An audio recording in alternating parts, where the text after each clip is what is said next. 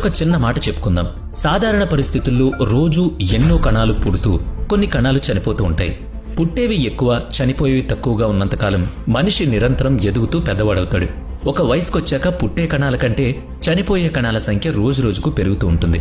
ముసలితనం దగ్గరవుతూ వస్తుందన్నమాట. అది చివరకు మరణానికి దారితీస్తుందనేది మనకున్న అవగాహన.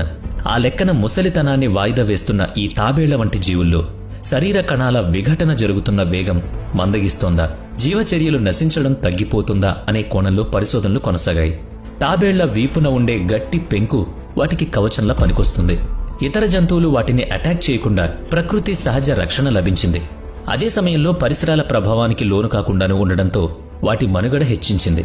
తక్కిన జీవులు ప్రభావితమైనంతగా తాబేళ్లు కాలంతో వచ్చే వార్ధక్యానికి అంత త్వరగా లోనవలేదు.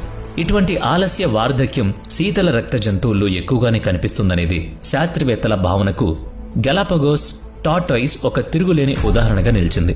మనిషిలో శరీర ఉష్ణోగ్రత ఎక్కువ, పైగా ఉష్ణోగ్రత పెంచుకోగలిగే శరీర తత్వం కూడా ఉండడంతో అతనిలో సదరు మెటబాలిజం చాలా వేగంగా జరుగుతుంది. మనిషి పనులు చేస్తున్నప్పుడు శ్వాస ఎక్కువగా తీసుకుంటాడు, ఒంట్లో వేడి పెరుగుతుంది, శరీరంలో శక్తి క్షీణిస్తుంది. దాంతో శరీరం ఆ ఉష్ణోగ్రతను తిరిగి సాధారణ స్థితికి తీసుకొచ్చే ప్రయత్నం చేస్తుంది. ఆ ప్రయత్నంలో అతనిలోని డిఎన్ఏ కొంచెం దెబ్బతింటుంది. అధిక మొత్తంలో ఆక్సిజన్ తీసుకోవడానికి శ్రమిస్తుంది. అంటే కొంత కణజాలం నశిస్తుందన్నమాట. తాబేలు మాత్రం సూర్యరశ్మిని నేరుగా తీసుకుంటూ శరీరానికి ఉష్ణోగ్రతను అందిస్తూ తన మెటబాలిజంను కాపాడుకుంటుంది. అంటే మెటబాలిజం నెమ్మదిస్తుందని భావం. కాబట్టి ఎక్కువ అలసటకు గురికావడం ఉండదు. ఫలితంగా జీవితకాలం మరింతగా పొడిగించబడుతుంది. అతిపెద్ద వయసున్న జార్జ్ అనే తాబేలు 2012లో గెలాపగోస్లో కన్నుమూస్తుంది. దాని డిఎన్ఏను ఆ దీవుల్లోనే ఉన్న మరికొన్ని తాబేళ్ల డిఎన్ఏను విశ్లేషించి చూడగా వాటిలో ఎంతో వైవిధ్యం కనిపించింది. డిఎన్ఏను బాగుపరచడం, నిరోధక శక్తిని కలిగి ఉండడం, క్యాన్సర్ను అణిచివేయగలగడం వంటి వైవిధ్యత ఆ డిఎన్ఏ విశ్లేషణలో బయటపడింది. సాధారణంగా వెన్నెముక కలిగిన జీవుల్లో ఇటువంటి లక్షణాలు లేనేలేవు.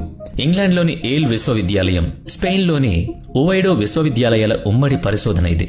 అమెరికాకు చెందిన బఫెలో విశ్వవిద్యాలయం చేసిన తదనంతర పరిశోధనల్లో సదరు తాబేళ్లలో ఆ లక్షణాలు కలిగిన అదనపు జన్యువుల జాడ బయటపడింది. అవే వాటిలో వయసును, రోగనిరోధక శక్తిని అదుపు చేస్తున్నాయి. అపోటోసిస్ అనే కణ విధ్వంసక విధానం ద్వారా తాబేళ్లు మనుగడకు హానికరమైన కణాలు సొంతంగా నాశనం చేసే